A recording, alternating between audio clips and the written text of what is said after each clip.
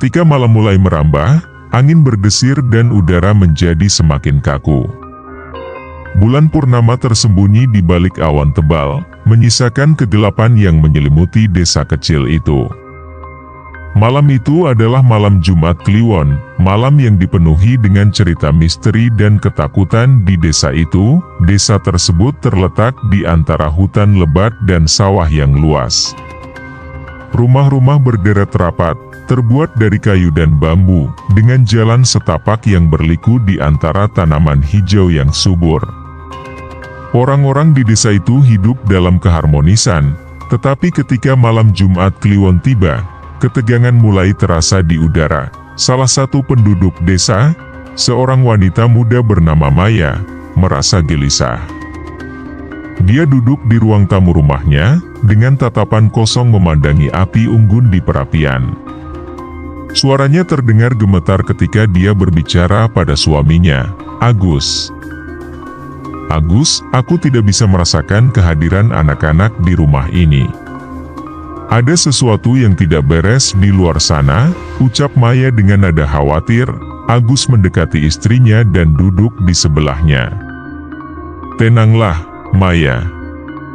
Itu hanya hayalanmu. Malam ini sama seperti malam lainnya. Tidak ada yang harus dikhawatirkan, namun, ketenangan Agus tidak bisa meredakan ketakutan Maya. Dia masih merasa ada sesuatu yang aneh terjadi di luar sana, di bawah bayang-bayang malam Jumat Kliwon. Beberapa kilometer jauhnya dari rumah Maya, seorang pemuda bernama Dito tengah berjalan pulang dari sawah. Dia adalah seorang petani muda yang bekerja keras untuk mencari nafkah bagi keluarganya.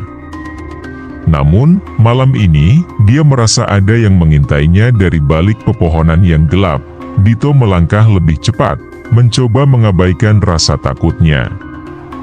Namun, suara-suara aneh mulai terdengar di sekitarnya. Langkah-langkah berat dan desisan yang menakutkan membuatnya mempercepat langkahnya. Tidak mungkin, gumamnya pada dirinya sendiri, berusaha meyakinkan diri bahwa itu hanya imajinasinya belaka. Namun, ketika dia melewati hutan kecil yang terletak di pinggir desa, sebuah bayangan hitam muncul di depannya.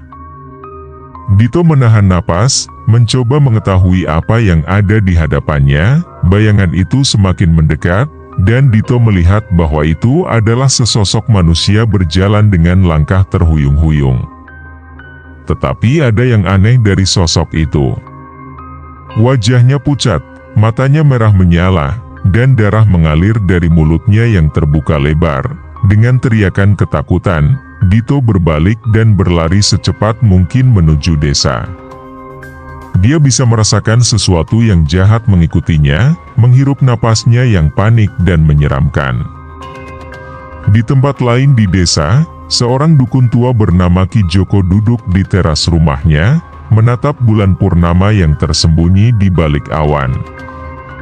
Dia adalah satu-satunya orang di desa itu yang memiliki keahlian untuk berkomunikasi dengan roh-roh dan memahami kekuatan malam Jumat Kliwon. Tiba-tiba, Ki Joko merasa adanya energi gelap yang mencekam di udara.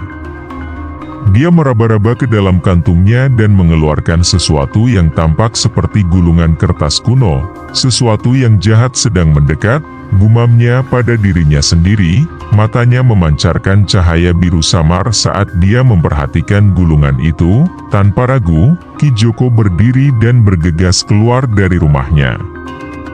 Dia merasa ada panggilan yang kuat, sebuah panggilan untuk melawan kekuatan gelap yang mengancam desa itu. Maya duduk sendirian di ruang tamu, hatinya dipenuhi dengan ketakutan yang tak terlukiskan. Suaranya bergetar ketika dia mendengar langkah-langkah berat di luar rumahnya. Dia berdiri perlahan, menahan napas, dan berjalan menuju pintu depan. Dengan gemetar, dia membukanya dan tersenyum lega melihat Agus berdiri di depannya. Ternyata itu hanya kamu, Agus. Aku hampir saja yakin itu sesuatu yang jahat, ucap Maya dengan suara yang gemetar. Namun, senyum di wajahnya segera memudar ketika dia melihat ekspresi wajah Agus yang serius. "Maya, kamu harus segera pergi. Ada sesuatu yang tidak beres di desa ini." "Aku bisa merasakannya," Maya terkejut mendengarnya. "Apa yang kamu maksud, Agus? Apa yang terjadi di sini?" Agus menarik Maya ke dalam pelukannya. "Aku tidak tahu, tetapi aku bisa merasakan kehadiran kekuatan gelap yang mengancam kita semua. Kita harus pergi sekarang, sebelum terlambat." Maya merasa tubuhnya gemetar ketakutan. Dia tahu dia harus percaya pada kata-kata Agus. Tanpa ragu, dia mengambil tangan suaminya dan bersama-sama mereka melangkah keluar dari rumah, memasuki kegelapan malam yang mencekam. Dito terus berlari secepat mungkin, melewati jalan setapak yang gelap dan hutan yang menakutkan. Dia bisa merasakan nafasnya yang terengah-engah dan detak jantungnya yang berdebar kencang. Namun, dia tahu dia tidak bisa berhenti. Sesuatu yang jahat sedang mengintainya, dan dia harus melarikan diri. Tiba-tiba, langkah-langkah berat terdengar di belakangnya. Dito berbalik dan melihat bayangan hitam yang mengejarnya. Hatinya berdegup kencang dalam ketakutan. Dia tahu dia tidak bisa berlari lebih cepat dari bayangan itu. Ketika bayangan itu semakin mendekat, Dito melihat wajahnya dengan jelas. Wajah itu pucat dan terkulai lemas, matanya merah menyala dan mulutnya penuh dengan darah. Dengan teriakan ketakutan, Dito berusaha mempercepat langkahnya, tetapi kakinya seperti terjebak dalam lumpur. Saat bayangan itu hampir mencapainya, Dito merasakan sesuatu yang dingin menyapu tubuhnya. Dia menoleh ke atas dan melihat cahaya biru yang memancar dari langit. Dan ketika cahaya itu menghilang, bayangan itu juga lenyap, meninggalkan Dito sendirian di tengah kegelapan malam yang mencekam. Maya dan Agus berjalan dengan cepat di jalan setapak yang gelap, mencoba menemukan tempat perlindungan yang aman dari kekuatan gelap yang mengancam desa mereka. Mata mereka terbuka lebar, mencari-cari tanda-tanda bahaya di sekitar mereka.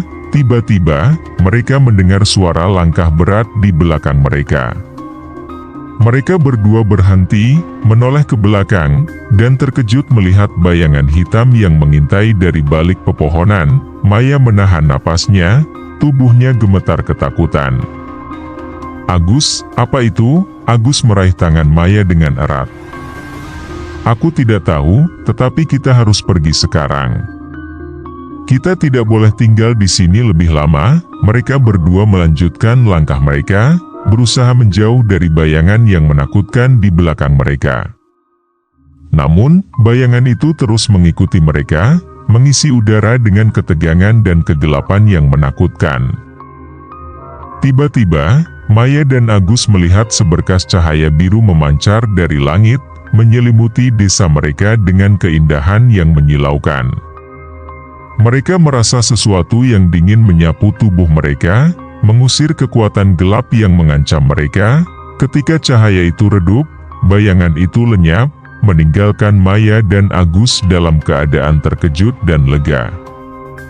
Mereka saling berpelukan, merasa lega bahwa mereka berhasil lolos dari bahaya yang mengancam mereka. Ki Joko berjalan dengan langkah mantap menuju tempat yang paling gelap di desa itu. Dia bisa merasakan energi jahat yang mengalir di udara, tetapi dia tidak takut. Dia tahu dia memiliki kekuatan untuk melawan kekuatan gelap itu. Saat dia mencapai tempat itu, dia melihat sesosok bayangan hitam yang berdiri di tengah jalan. Wajahnya pucat, matanya merah menyala, dan mulutnya penuh dengan darah. Tetapi Ki Joko tidak goyah. "Demon, aku tahu siapa kamu. Aku tidak takut padamu," ucap Ki Joko dengan suara yang tenang. Bayangan itu mendekat, mencoba mengintimidasi Ki Joko dengan kekuatan gelapnya. Namun, Ki Joko tidak mundur. Dia mengeluarkan gulungan kertas kuno dari kantungnya dan mulai membacakan mantra kuno yang kuat.